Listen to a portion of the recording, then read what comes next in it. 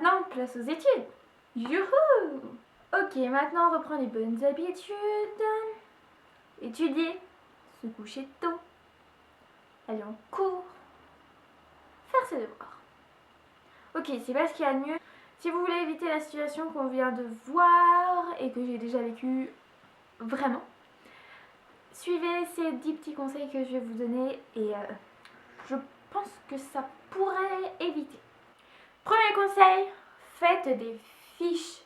Ok, on vous le raconte 15 fois par jour, mais c'est super important parce que vous allez pouvoir mémoriser déjà en écrivant votre fiche, forcément, et vous pouvez l'emmener partout si c'est des toutes petites fiches, les petites fiches cartonnées. Mettez plein de couleurs, de signes que vous aimez bien, des petits dessins, et ce sera plus agréable qu'un cahier avec que du stylo bleu sur 3 pages avec des ratures partout. Bon, ça vous devez vous en douter. Pour le deuxième conseil, je vous conseillerais, normal c'est un conseil, de faire un planning de révision pendant vos examens, pendant vos grosses périodes de contrôle, de devoirs surveillés. Faites-vous un planning de révision, ça vous aidera à pas être débordé comme ce que j'ai fait.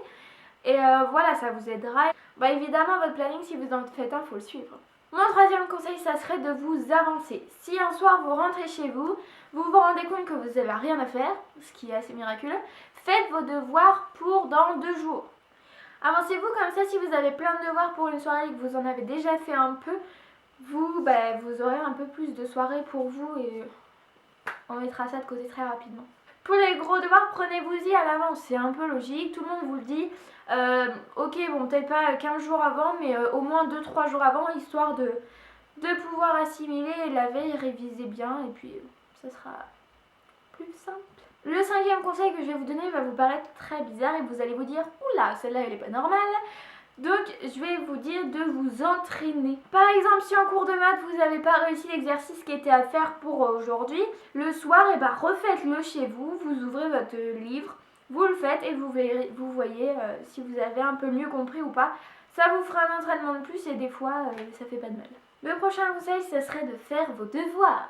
C'est assez logique, mais certains ne les font pas et forcément ça les pénalise un peu puisque c'est toujours un entraînement de plus.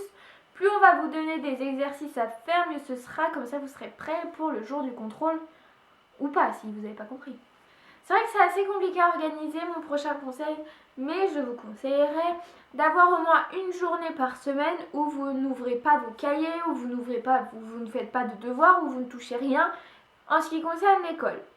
C'est assez compliqué, mais voilà, essayez de au moins vous consacrer une demi-journée minimum sans rien. Une journée, c'est le top quand même. Ça va vous permettre de vider votre esprit, de faire un break et ça fait du bien. On vous dit souvent de faire 1h30, 2 heures, voire 3 heures de travail personnel à la maison. Moi je vous dis que c'est pas hyper nécessaire si vous êtes bien organisé et que vous gérez bien votre temps au niveau des devoirs, des cours, des contrôles, etc. Vous pouvez très bien gérer à votre rythme, sinon vous allez faire une overdose de travail, quoi. C'est un peu bête ce que je vais vous dire, mais si vous avez du mal à travailler chez vous, avec toutes les tentations, donc l'ordinateur, internet, le téléphone, et restez dans votre établissement. Isolez-vous, mettez-vous dans une salle d'études où il n'y a pas grand monde, où il y a du silence complet. Et là, vous pourrez travailler, vous n'aurez pas le choix de toute façon. Comme ça va vous motiver. Vous pouvez y aller avec des copines ou des copains, mais faites attention, il ne faut pas que ça devienne un salon de thé non plus. C'est pas le but. Le dernier conseil, ce serait d'avoir confiance en vous et de ne pas s'arrêter aux notes. J'ai eu beaucoup de profs qui m'ont dit que les notes c'était assez dégradant pour vous, pour nous, parce que dès qu'on a une mauvaise note, on se dit c'est mort, ma vie elle est fichue, voilà.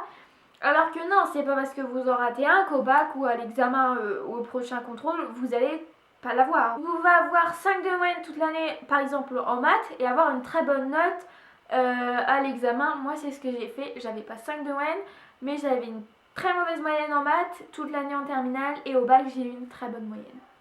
Voilà les filles, j'espère que ça vous aura plu et que ça vous aura aidé. Et j'espère aussi que vous réussirez votre année scolaire, que ce soit à la fac, au lycée ou au collège ou en primaire aussi, pourquoi pas. Mais voilà, j'espère que ça vous aura aidé. Et si jamais vous avez encore des petits soucis ou des petites questions, n'hésitez pas, hein, je suis là. Et voilà, je vous fais des gros bisous et on se retrouve la semaine prochaine pour une prochaine vidéo. Prochaine. Ciao!